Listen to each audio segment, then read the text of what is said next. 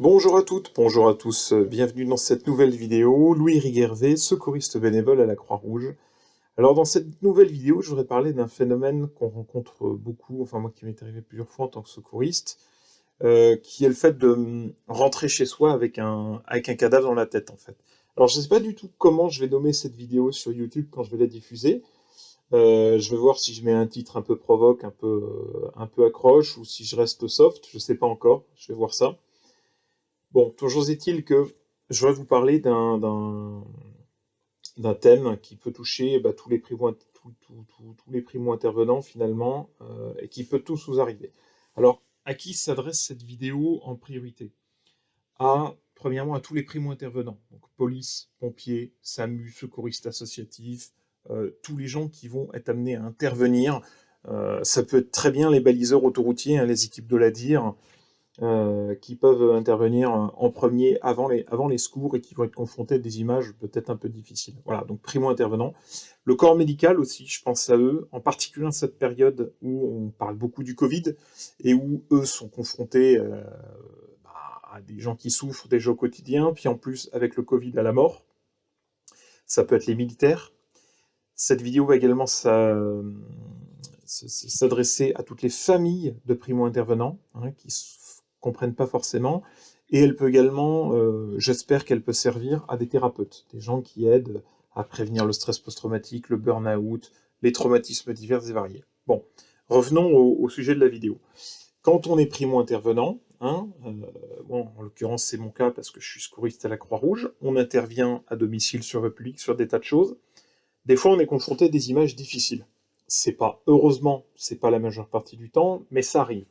Et de temps en temps, il arrive qu'on ait des interventions qui sortent du lot, donc moi j'appelle ça des interventions difficiles. Et alors les interventions difficiles, c'est pas forcément celles où c'est le gros accident, le truc hyper trash. Ça peut être celle où on va être touché par un regard, quelque chose humain qui va nous provoquer des émotions, peut-être nous réveiller des blessures. Il faut savoir que les blessures, on en a tous, mais qui va avoir un impact plus ou moins fort sur nous. Bon, moi j'ai vécu un bon paquet d'interventions difficiles et des fois il arrive qu'on rentre à la maison avec ces interventions difficiles. Alors parfois ces interventions difficiles c'est des morts, mais pas forcément, hein. Ça peut être aussi des gens en grande précarité, en grande souffrance. Et on rentre avec tous ces visages qu'on a entendus, l'émotion peut-être vécue sur intervention. Moi j'ai connu des interventions des arrêts cardiaques où ça criait par exemple, où c'était hyper violent, enfin les gens ne savaient pas du tout gérer leurs émotions et nous il a fallu qu'on gère nos propres émotions et en plus qu'on encaisse. Et on rentre à la maison avec ces images, ces cris, des odeurs aussi. Par exemple, moi j'ai un ami pompier, il a connu une personne qui est morte brûlée dans sa voiture, il n'a pas eu le temps de la sortir.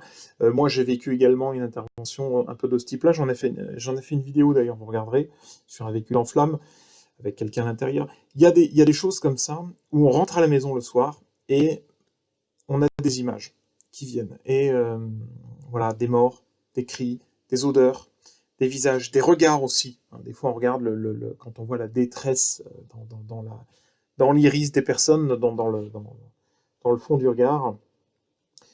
Et ce que je voudrais dire à ceux qui regardent cette vidéo, que vous soyez soit un primo-intervenant ou quelqu'un qui est confronté à ce genre de choses, soit des familles, tout simplement, eh ben, moi je vais vous parler de ce qui m'a aidé dans ces cas-là à m'en sortir.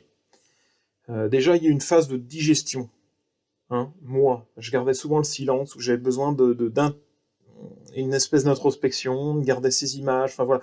Parfois, j'avais besoin de pleurer aussi. Il m'est arrivé de rentrer avec des cadavres à la maison et d'avoir besoin de pleurer. Pleurer un bon coup, ça fait du bien, ça permet d'évacuer. Il n'y a pas de honte à pleurer. Et ce qui aide aussi, enfin en tout cas ce qui moi m'a aidé, c'était euh, d'être bien accompagné. À la maison, avec une famille par exemple. Hein. Avoir une compagne qui vous comprend, je parle pour moi, mais si c'est une femme, ça peut très bien être un homme, etc. Enfin bon, conjoint, conjointe, époux, épouse. Être bien accompagné, ça, avoir une écoute compatissante, ça peut aider. En tout cas, moi, ça m'a aidé.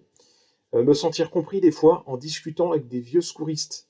Il m'est arrivé des fois moi dans mon unité locale à la Croix-Rouge, j'avais quelques bons copains qui étaient des vieux chefs d'intervention et j'aimais beaucoup des fois les appeler, leur parler un petit peu de ce que j'avais vécu. Pourquoi? Parce que ils sont vieux, ils ont connu, ils savent ce qu'on vit. Ils n'ont pas vécu l'intervention, mais ils savent ce que ça fait. Et ça m'aidait beaucoup. Vraiment, le fait de me sentir compris, ça m'aidait. Et si vraiment c'est trop violent, il existe aussi une autre possibilité, se faire aider par un thérapeute, tout simplement. Hein, un professionnel, psychologue, psychiatre, des gens qui pratiquent, enfin des spécialistes du burn-out, du traumatique, du stress post-traumatique, des choses comme ça. L'idée, en fait, à un moment donné, c'est d'essayer de savoir si les images qu'on a vécues, elles nous touchent, j'ai envie de dire, normalement, et au bout de quelques jours, ça va mieux, on y pense moins, ou on n'y pense plus, ou elles sont plus douloureuses, ou est-ce qu'au contraire, ça va s'installer dans la durée, et plus créer un stress post-traumatique, où là, par contre, ça peut être beaucoup plus problématique. Bon, toujours est-il que si toi qui regardes la vidéo, t'as déjà été confronté à ce genre de choses, que t'es rentré à la maison, t'as peut-être pas osé en parler, sache que t'es humain. T'es humain et t'as le droit de ressentir ce que tu ressens, t'as le droit d'avoir vécu des choses traumatisantes qui sont difficiles. Sache que c'est important aussi d'arriver à trouver un exutoire. Il y en a, ça peut être le sport, il y en a, ça va être la bouffe, il y en a, enfin, il y a plein de trucs. Trouve un truc. Moi, j'ai pas de recette miracle à te donner. Trouve à la limite ce qui va te permettre d'être heureux, de penser à autre chose, de te concentrer sur autre chose. Une forme d'exutoire, parce que le risque, si t'encaisses,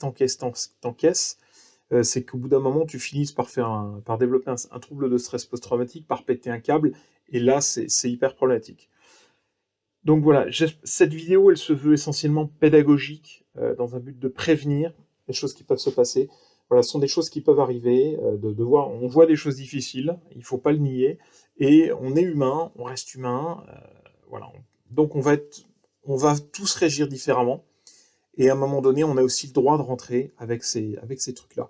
Moi, pour te parler juste un petit peu de mon expérience, après je finirai là-dessus, je ne vais pas m'étendre. La plupart des interventions difficiles que j'ai vécues, en quelques jours, ça passait. Souvent, quand j'entrais le soir, c'est vrai que les interventions tournaient dans ma tête. Le lendemain, voire le surlendemain, puis après, ça avait tendance à se digérer un petit peu. On dit, bon, ben voilà, j'ai vécu des choses que peu de gens verront, c'est compliqué, j'ai des cris dans la tête, mais on arrive à le digérer. Alors, on arrive à le digérer, mais pourtant, quand je m'en souviens, quand je les rappelle à ma mémoire, bah, vous voyez, moi, les cris que j'ai entendus, par exemple, ça s'est passé sur 2 arrêts cardiaques, bizarrement, j'ai pas oublié. J'entends encore les cris, ils sont désagréables, mais ils sont pas douloureux au sens où ils ne me font pas souffrir. Voilà. Après, il est arrivé, moi par exemple, je l'ai raconté dans une de mes anciennes vidéos, j'ai vécu un trouble de stress post-traumatique, donc c'était beaucoup plus problématique, où j'ai vu 4 enfants mourir noyés dans un étang, où là effectivement, il y a eu quelque chose de durable, avec des images qui sont réimposées à moi sans cesse, et au bout d'un mois, tout a explosé, enfin j'ai failli me foutre en l'air, ça a été très dur à gérer. Et là, il a fallu me faire accompagner par un thérapeute, vraiment par quelqu'un du corps médical, quelqu'un de dédié, quoi. La famille suffisait plus. Bon, en plus, moi, à l'époque, la famille, on s'entendait pas très bien, donc je parlais quasiment pas à mes parents, très peu à mes frères et sœurs, donc finalement, je me suis retrouvé très seul, à encaisser, à devoir digérer ces images seul. Voilà, je vais m'arrêter là pour cette vidéo, pour ce soir. J'espère qu'elle t'aura aidé. Je laisse les commentaires activés en dessous. Si tu veux apporter un témoignage, un commentaire, n'hésite pas. L'idée, c'est pas de rentrer dans un débat, hein. Partager des choses que tu as vécues, ça se passe en dessous. Et puis, si tu es thérapeute également, en espérant que ça puisse t'aider à comprendre ce que vivent ces primo-intervenants, et le fait que des fois, on ne se sent pas toujours compris. Le primo-intervenant vit des choses que ceux qui ne sont pas primo-intervenants verront quasiment jamais ou ont peu de chances de voir. Et donc, on peut pas forcément se comprendre. Donc, si toi, thérapeute, tu regardes la vidéo et que ça peut t'aider, eh ben écoute, c'est très bien, c'est le but. Voilà, je m'arrête là pour aujourd'hui et je vous souhaite à tous une bonne soirée, une bonne nuit, une bonne après-midi, une bonne journée, ce que vous voulez, une bonne matinée, suivant l'heure à laquelle vous regarderez cette vidéo. Allez, ciao, salut.